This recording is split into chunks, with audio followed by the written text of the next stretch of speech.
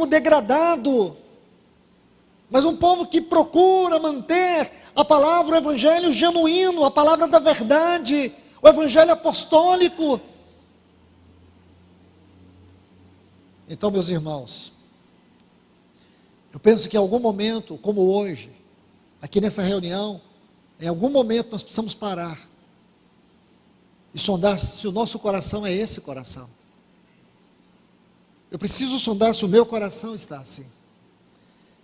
Apesar da continuidade, apesar do amanhã, das próximas reuniões, dos nossos afazeres, do nosso trabalho, da nossa vida secular, eu tenho esse coração.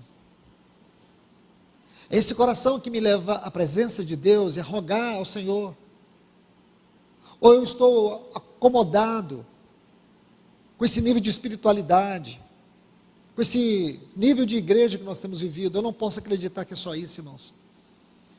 Eu tenho que crer que o Senhor quer fazer muito mais. Ele não quer fazer muito mais nos outros. Ele quer, a partir de nós que estamos ouvindo essa palavra, a começar aqui, a começar em mim, a começar em você.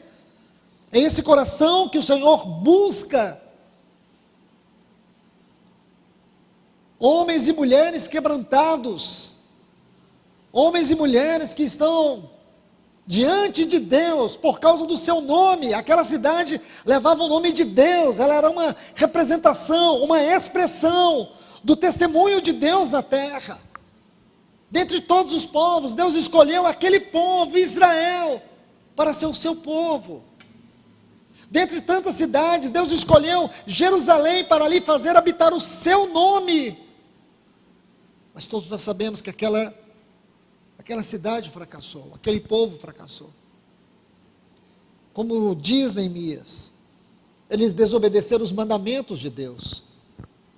Por isso Deus os entregou como uma forma de juízo aos caldeus. Não era uma forma de religião Jerusalém.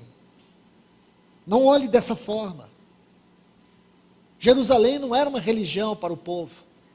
É porque eles entendiam que ali estava uma cidade que diferenciava das outras. Por quê? Porque naquela cidade, ou aquela cidade foi escolhida para expressar o testemunho de Deus. O que você vai ver aqui em Neemias é o que você vê quando o nosso Senhor desce lá do Hermon e ele vai andando para Jerusalém. Quando ele contempla a cidade, ele chora. Ele diz: Jerusalém, Jerusalém. E ele lembra. Ele diz assim: que mata os profetas e os que te foram enviados. E agora, como o Deus Filho, como aquele que é revelado no Antigo Testamento, o anjo do Senhor, aquela cristofania, o anjo do Senhor, essa cristofania que existe no Velho Testamento, ele diz: quantas vezes eu quis te juntar, como uma galinha junta os seus filhotes, os seus filhinhos, os seus pintinhos, debaixo das suas asas, e tu não quisestes. Você percebe, irmãos, que é o mesmo coração do Senhor por aquela cidade. Mas não era a cidade, irmãos. A cidade não era um fim em si mesmo. Aquela cidade era uma representação, ela era uma expressão do testemunho de Deus na terra. Aquela cidade rejeita o nosso Senhor. Como nós sabemos, ele foi rejeitado. Ele não encontrou ali naquela cidade um lugar onde ele pudesse reclinar a sua cabeça. Por isso ele reclinou a sua cabeça na cruz.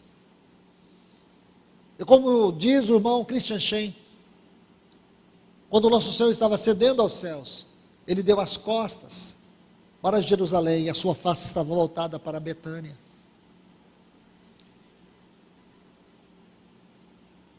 Ele chama aquela casa, o templo, como a vossa casa ficará deserta. Ele já havia dito: a minha casa será chamada casa de oração. Depois ele chama casa de meu pai. Mas por último ele diz: a vossa casa. Não foi ele que a rejeitou. Foi ela que o rejeitou. Mas aqui, irmão, nós vemos um clamor de misericórdia.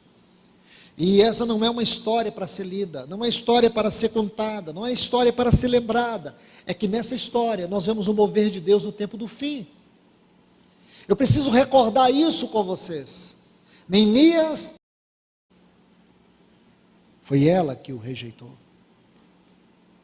Mas aqui, irmão, nós vemos um clamor de misericórdia. E essa não é uma história para ser lida, não é história para ser contada, não é história para ser lembrada. É que nessa história nós vemos o mover de Deus no tempo do fim. Eu preciso recordar isso com vocês. Neemias é um livro que trata do testemunho de Deus no tempo final. E por quê?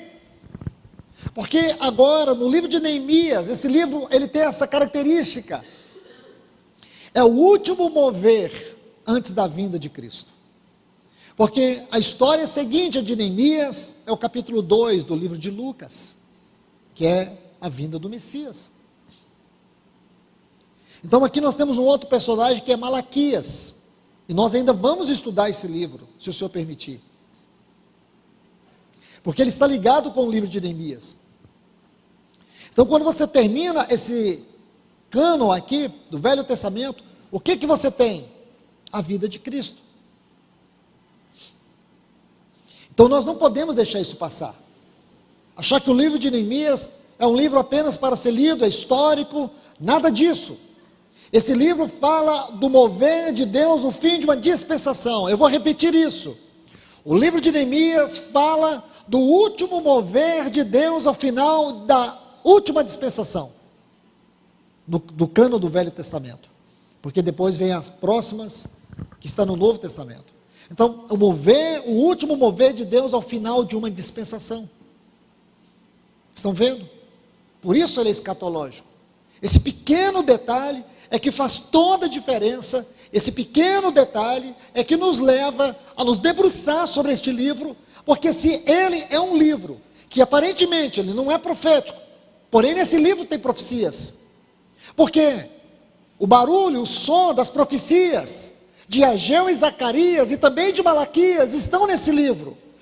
Então ele não é um livro profético, mas ele é um livro governado por profecias. Você não pode separar Malaquias de Neemias. Você não pode ignorar as profecias de Ageu e Zacarias e Esdras, porque Esdras é o pano de fundo para Neemias. Guarde isso, meus irmãos. É assim que você precisa estudar esse livro, com todo esse contexto. Então, se ele é o último mover de Deus, ao final de uma dispensação, ele fala a nós. Porque eu creio que nós somos o último mover de Deus ao final dessa dispensação. Então, se nós somos o último mover de Deus ao final dessa dispensação, a próxima dispensação é a dispensação do reino. Então, se a próxima dispensação é a dispensação do reino, e nós estamos no final de uma dispensação, qual livro se assemelha a nós? Neemias. E esse livro fala de quê? De restauração. Não uma restauração religiosa, não uma restauração de sistema, mas a restauração do testemunho de Deus. A restauração do testemunho de Deus na vida do seu povo.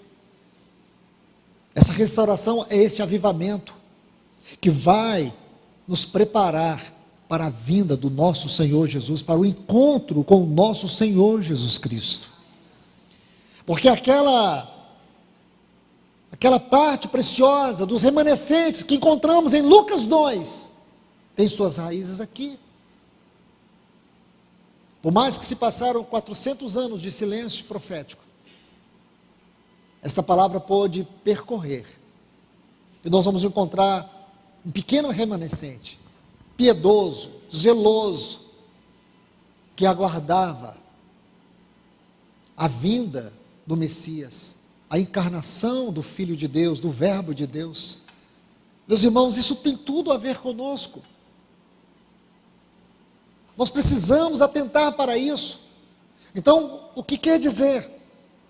Que a maneira como nós devemos ler, em especial, esses livros citados, Ageu, Zacarias, Esdras, Esther, Neemias, Malaquias, precisa ser com essa perspectiva sobre os dias que nós estamos vivendo.